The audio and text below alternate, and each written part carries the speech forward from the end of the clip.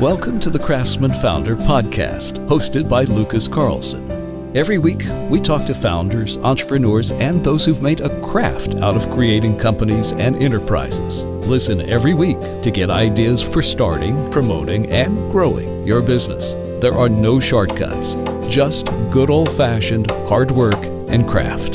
So sit back, relax, and enjoy this week's interview.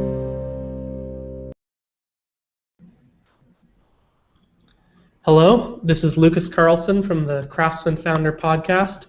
This week I have an internet star, Neil Patel, a good friend of mine that I've known for a long time.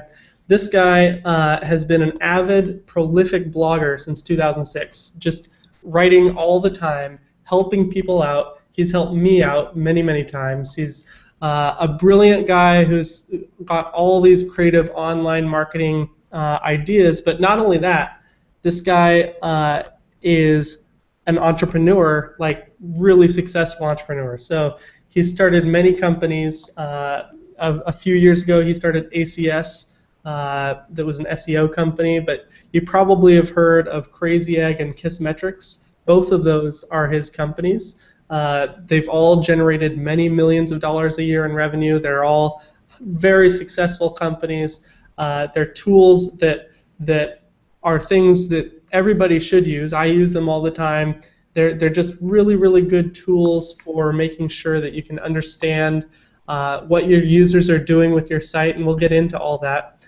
But it's interesting because I actually discovered Neil from one of my oldest friends. So in middle school, I got into programming with one of my oldest friends, John Butler, and we started hacking together on these old Macs, and he was writing C++ and I was doing PHP, and he wrote these games, and he's just a brilliant guy. He's always been a better programmer than I was, and so John and I kind of grew up together, and then John told me that he fell in with these really cool dudes, Neil and Heaton, and he just said, wow, I love these guys, and it just turned out that these are the guys. John Butler was one of the guys that helped build Crazy Egg and KISSmetrics, and just small world, and I went to middle school with the guy, and so Neil and I have been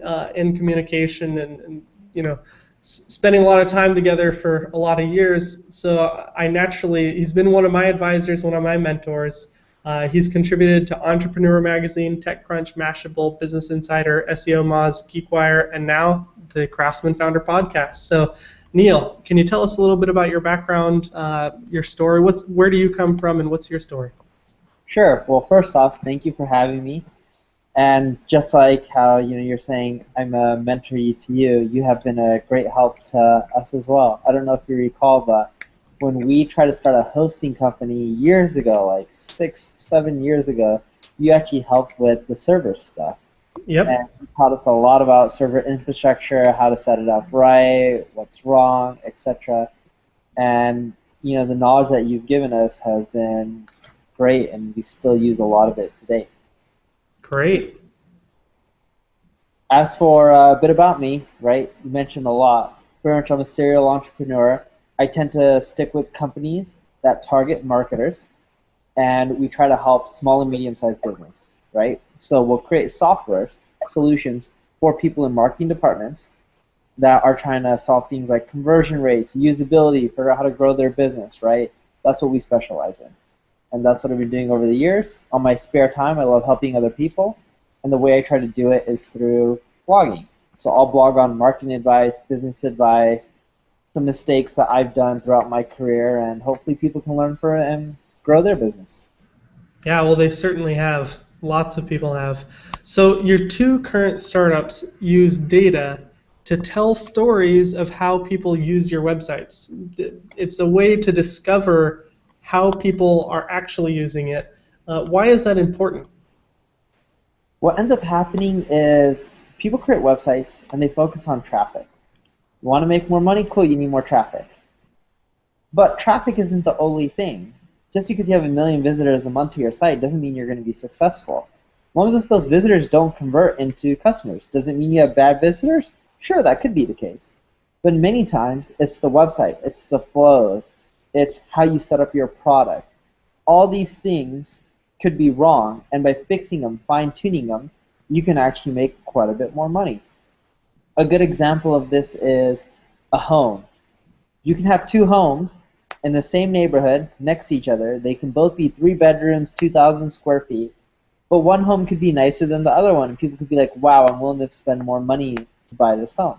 It could be the layout.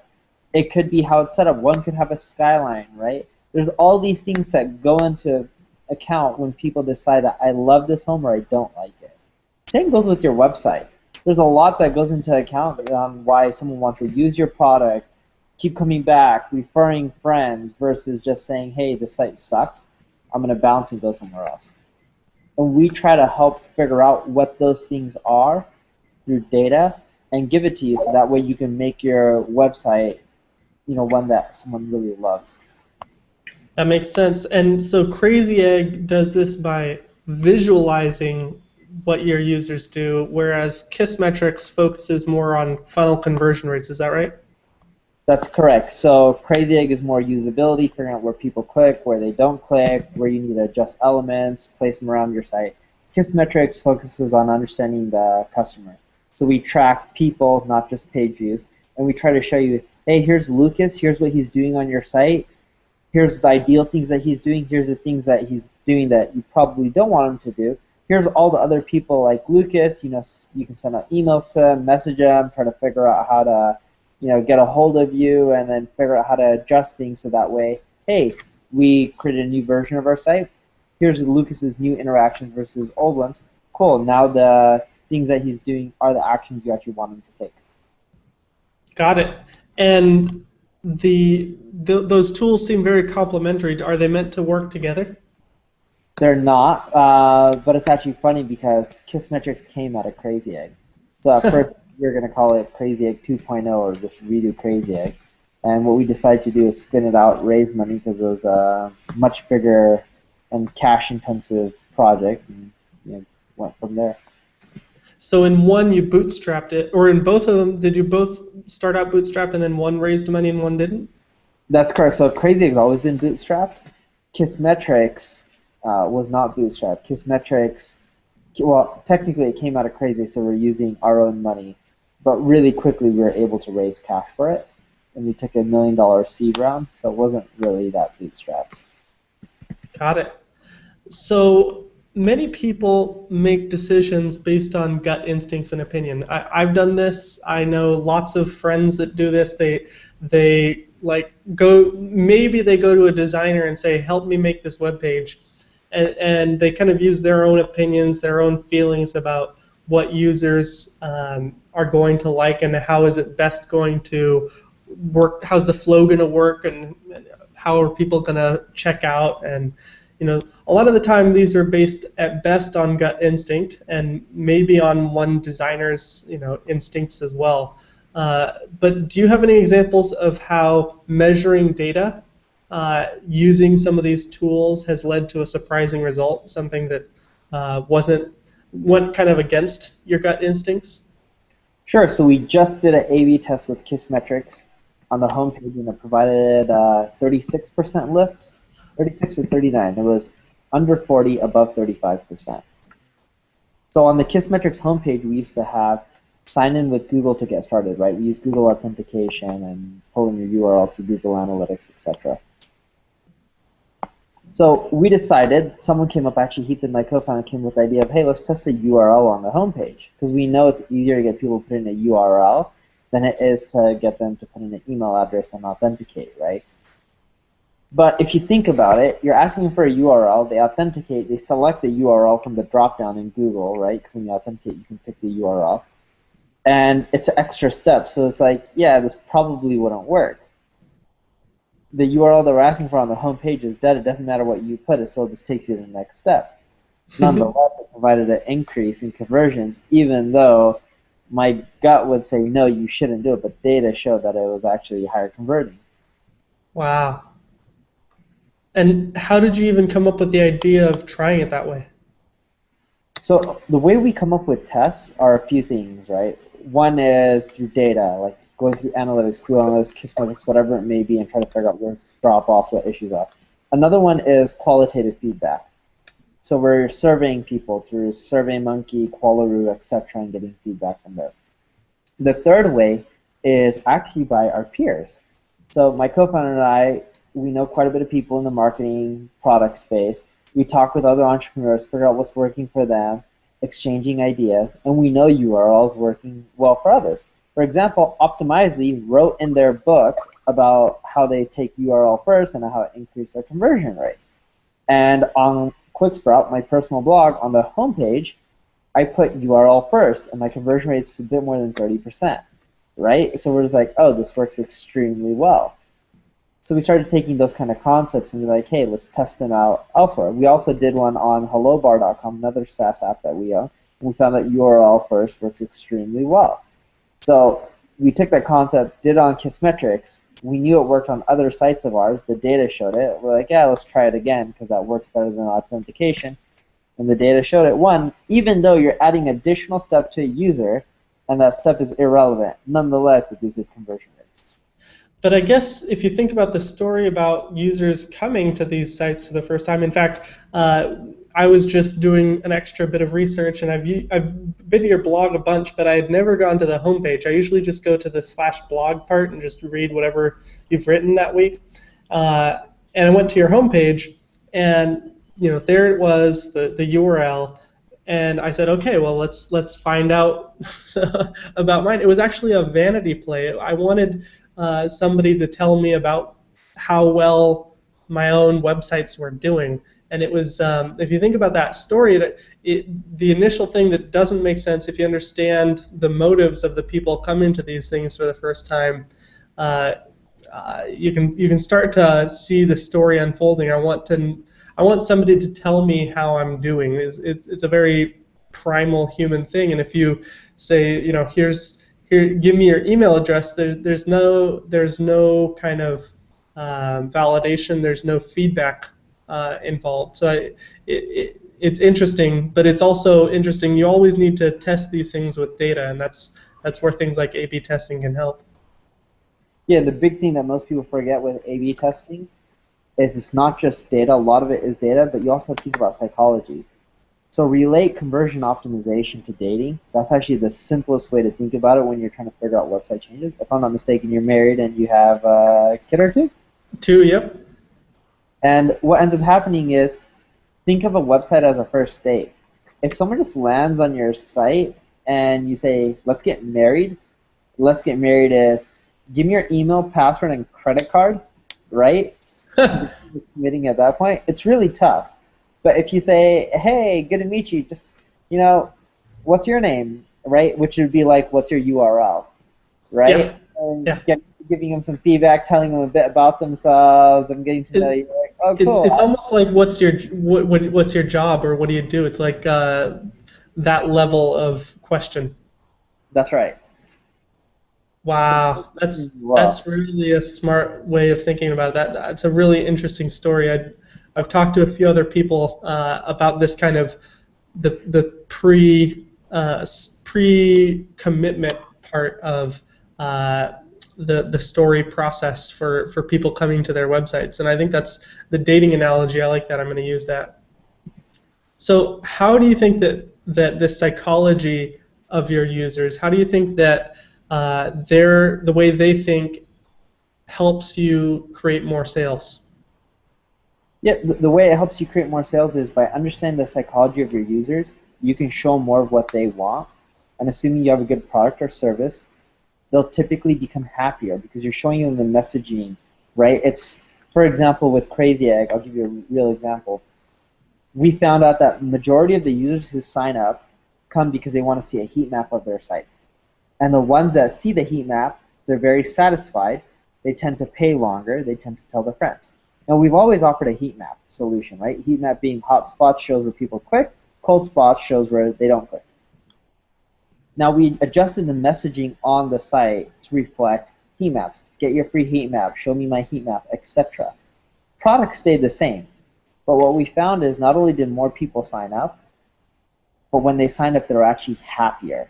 Nothing changed on the product, but because of verbiage stated what they wanted to get, right, they were more likely to not just sign up, but they were also more likely to be satisfied and tell their friends about the product. Interesting. Have you played at all with Net Promoter Score or looked into using something like that? We've done a ton of Net Promoter Score. It's tough to get a Nice. score similar to Apple. I think they're one of the highest out there. Nonetheless, Net Promoter Score is great. It doesn't work for a lot of small businesses if you don't have enough volume or customers, but once you have enough users, it's actually awesome. Nice. So how do you use these different pieces of data to fit together to create the story that really understands the psychology of your user? How do you take your different data pieces from Google Analytics and KISS and all these different places? How do you stitch them together to get a whole picture of your customer and understand that story from the dating to the marriage part of that user experience? So, and for us, that's what we use KISSmetrics for, because it shows the whole life cycle of a customer from beginning to end, right? But it's not even KISSmetrics' product or Google Analytics or Qualaroo or stitching it together. What we found is there's so much data out there no matter what product you use. It's really hard to stitch it all together and create the perfect story. So what we do and what we recommend is companies do it in bite sizes.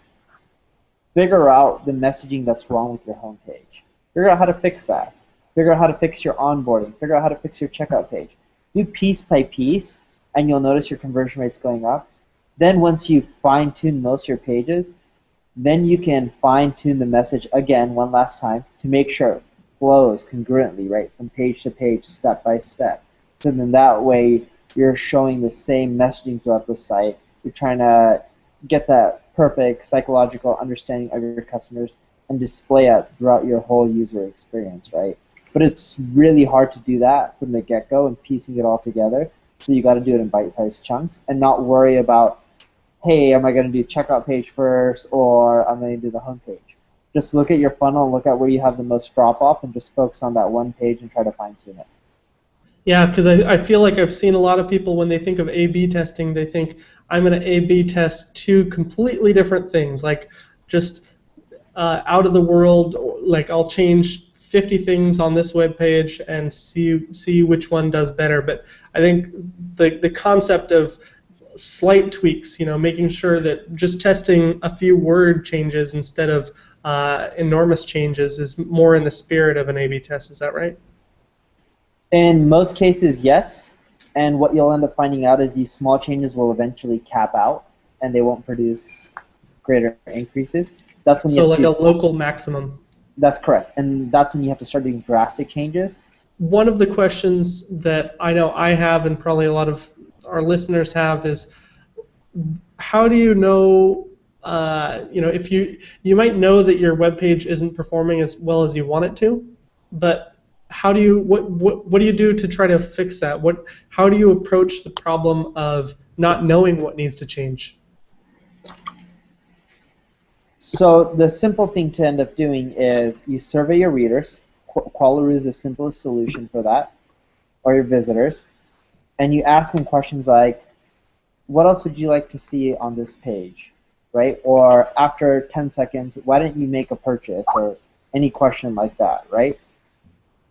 What you'll end up finding out really fast is there'll be commonalities. And you take the most common thing that people have as an objection and answer that through your copy or your design or whatever it may be. But that's the simplest way to start off. Might as well let your visitors tell you what's wrong. Got it. Makes a lot of sense. So how do you use this data and approach of asking people instead of just coming out with things that come in your head? How do you use that approach to find product market fit? If you haven't yet figured out what your product market fit is, can you use these same data analysis approaches? You can. You don't need product market fit to do a lot of this kind of stuff. And it's funny because most people don't know what to ask their visitors. And that's why Qualaroo is a simple solution, because they already have pre-canned questions and templates that work for most of the stuff. Makes a lot of sense. That's really smart. So you yourself have started so many companies. I definitely consider you a craftsman of companies. You've created a craft out of creating these companies. So what do you think are the top 3 common mistakes that you see other founders make? You've advised a lot of founders over the years. What are some of the big mistakes? The biggest one that I see is, one, founders don't know how to execute fast enough. They get stuck into like this thing in which they want to create the best product, and they keep on thinking and overthinking things. They just don't execute, right? The next one is they make decisions based off what they want versus the data, and that causes them to make products that no one wants to use, or products that people aren't willing to pay for, right? And maybe their prices are too high because they didn't survey. They're not using any data. They're just figuring out, hey, this is what I like, this is what my buddy likes, this is what I'm going to do, right? Yep. And I would say the third one is they're really late to think about marketing. Because it doesn't matter how great of a product you have, if you can't figure out how to market it, you're not going to make any money. And people are like, oh, I don't want to market it yet, I have to add this feature. And then they add that feature, like, oh, I also want to add this other feature, and then once we add that, we'll get some press, right? And it just never ends. So it's like, don't be afraid to go out there, tell people what you have, and then continue to improve it. And I know a lot of people that feel like they don't want to do that marketing because they don't even know the first thing about marketing. You're an expert at online marketing, so how do you attract people and attention for what you're doing? If somebody who doesn't feel like they're good at it yet, what are some of the first tips and tricks to get started in online marketing? Sure, the simplest one is SEO. Google is the most popular site in the world. You can get a ton of traffic from Google. It doesn't matter if you're a B2B company or a B2C company, Google has a lot of volume. And you can learn SEO by reading The Beginner's Guide to SEO by Moz. It's free. And then I have one on QuickSprout called The Advanced Guide to SEO. If you read both those guides, it outlines step by step what you need to do, right? The next part of SEO is link building. I have a guide called The Advanced Guide to Link Building on QuickSprout. Outlines what you need to end up doing, right? There's a blog called backlinko.com. It's by Brian Dean. He also outlines how you can build links. So that's the SEO portion. The next step is content marketing. If you educate and you write content, people will come to your site and they'll sign up. If you don't have time to create your own blog, you can always guest post on other blogs. Good example of this is Buffer. That's how they started out. Buffer would guest post on sites like Forbes or Entrepreneurs saying, top 10 social media tools. Number 2 on the list, or number 1, would be Buffer. Help drive quite a bit of signups, right? You can read copyblogger.com to learn how to blog. Same with problogger.net. I also have a guide on content marketing called The Advanced Guide to Content Marketing, which will explain how to get guest posts, templates to use, etc. But those are 2 simple ways, and another one is social media. And the blog to read on social media is Social Media Examiner. They break down pretty much all aspects from Pinterest to Twitter to Facebook, and they'll show you how to build an audience in all these social channels. You may think, hey, social media is for kids, but if Facebook's the second most popular site in the world, you better be on it. Doesn't matter if kids are on it or parents, makes no difference. There's enough people on there where you can generate business from it. Makes sense. So I'm going to put all of these links in the show notes in case people weren't sure where to find them. I'll make sure that the show notes have all the links to everything you just said, because I think that's a fantastic resource. But I think the unifying thing behind all of those is that you need to be writing, and that might be something that intimidates even a lot of founders I know. I think that there are founder programmers that have come to it having a programming background. There are product people that kind of know more about the project management. But I feel like a lot of the time people think that the product is the company. And if you're saying marketing is one of the most important pieces that startup founders don't do, and it seems like a lot of online marketing has to do with writing and storytelling. And so what do you say to founders who are intimidated by putting themselves out there writing stuff? They might not feel like they're great writers. What would you say to them? I would say don't worry, at least you're going out there and writing. That's better than most founders, right? Over time, you'll get better. I wasn't the best writer when I started. I have terrible grammar and spelling skills. I still do. I have an editor who just corrects my stuff. And you can hire someone from like Odesk or Elance or one of these services for dirt cheap. But you got to go out there and try. If you don't try, how are you going to ever succeed? It's just like creating a product. Whether you've created a product before or not, doesn't mean you're going to create the best product out there. But if you don't try and get something out there, how do you know you're going to succeed? And that's the way I look at it. Writing a piece of content is just like creating a product. It's never going to be perfect at first. People are going to see it. They're going to judge you either way. But it's better to put something out there and be known for putting something out there and improving it over time than not doing anything. Makes sense. What is the best single piece of advice you've ever received about starting a company? So from any mentor or advisor. The best piece of advice that I've always gotten is go out there and generate revenue as quick as possible. And it sounds silly and simple, but most people build and they do all this kind of stuff before they generate revenue. But locking in customers before your product's done, or getting people to sign contracts and saying, yes, I will commit once you launch, or etc., that really helps change the perception of your business. Not just from a consumer standpoint, but from an investor standpoint, right? Makes it easier to do things. Once you have cash locked in, you can figure out how to deal with cash flow issues, figure out how to raise money. You're even more valuable to acquirers, right? Money solves a lot of problems, and a lot of entrepreneurs look like, hey, Snapchat, all these Instagram and cool software companies out there don't make $1. WhatsApp app, I think it's called WhatsApp, right? Something like that. They're selling for WhatsApp. Yep, WhatsApp. It's selling for like $17 billion. They didn't have a ton of revenue. At the end of the day, it doesn't matter. Those are anomalies. In the general world, whether you like it or not, companies are valued based off their financial growth. Don't believe me? Just go look at the stock exchange. Stocks go up when they do well financially. Stocks go down when they don't do well financially. It's as simple as that. If people think that the stocks will do better financially over time, sure, they'll still go up. But everything's usually based on a financial model, revenue and profit. And if you can't keep growing from that aspect, eventually your company is going to fail. You're not worth money to a lot of people 20 years from now if you've been in business for that long and you haven't generated $1 in revenue. Makes complete and utter sense. I totally agree with you. I think that I myself have thought about playing the forget about revenue game, and I'll tell you from experience, it's not something that I'm ever going to do again. So it's you have to. The thing that you trade if you don't generate revenue is you trade control.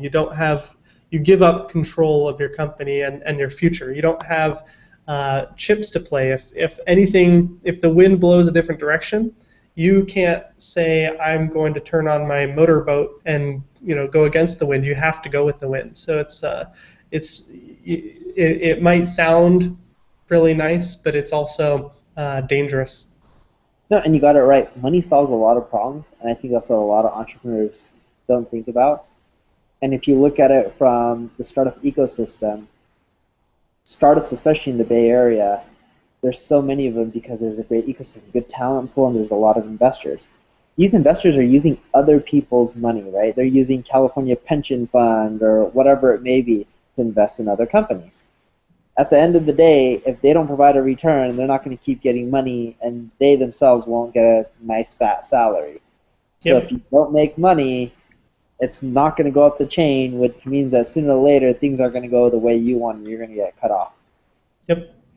Makes total sense. How has marketing changed in the last few years for startups? I think marketing's gone from being just purely about SEO and paid acquisition to becoming much more creative, and actually engineers have become much more involved in marketing. So, for example, your product can actually grow your marketing. For example, with Hello Bar, we don't just generate users by optimizing the site for search engines and doing paid ads. More people who install the bar, more people who see the logo, they click through, they install. Engineers can do things like fine-tuning the bar, how many people click through on it by the density of the H or whatever it may be, right? They can optimize the user experience so that way the more visitors you get, the more that actually convert into users and implement your solution. But beforehand, marketers just thought, cool, I need to drive traffic. sign them up, and that's it, and we're good to go. And I just need to be responsible for the whole funnel, right? But nowadays, engineers can actually do a lot of damage with marketing than they ever could before. Just look at Dropbox.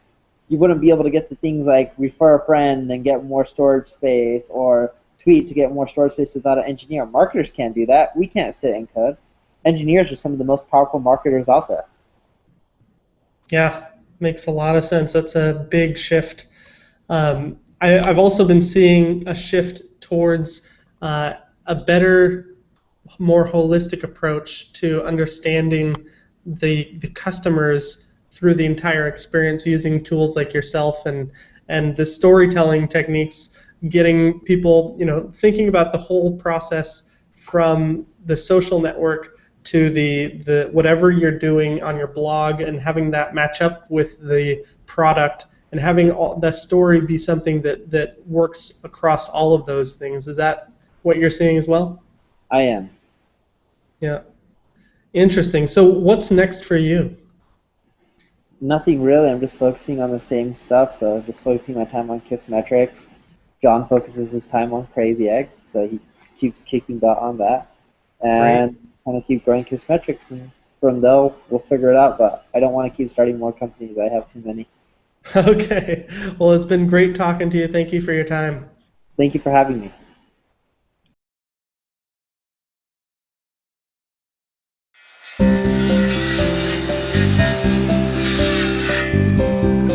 Thanks for listening to the Craftsman Founder podcast with Lucas Carlson. If you like what you just heard, we hope you'll pass along our web address, craftsmanfounder.com, to your friends and colleagues. Be sure to check out our archive section on our website for previous podcasts. This has been a Craftsman Founder production. Join us next time for another edition of the Craftsman Founder podcast.